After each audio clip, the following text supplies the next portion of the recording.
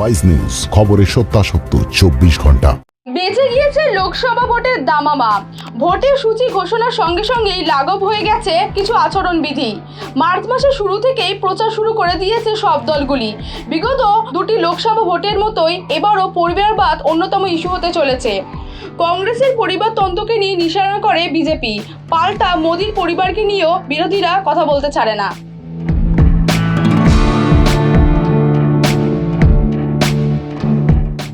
লোকসভার ভোটের লড়াই শুরুর আগেই পরিবারকে হাতিয়ার করল বিজেপি। শনিবার বিজেপির পক্ষ থেকে ভোট প্রচারের জন্য গান প্রকাশ করা হয়েছে। গানের নাম দেওয়া হয়েছে মোদিকা পরিবার। প্রধানমন্ত্রী নরেন্দ্র মোদী নিজেও সেই ভিডিও শেয়ার করেছেন।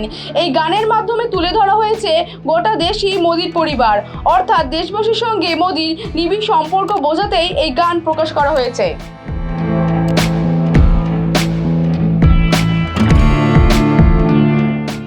একই সঙ্গে মোদি বলেন, আমাদের সরকারের প্রতিটি সিদ্ধান্ত গরিব, কৃষক, যুব সম্প্রদায় এবং মহিলাদের জীবনস্তরে পরিবর্তন আনার জন্য নেওয়া হয়েছে।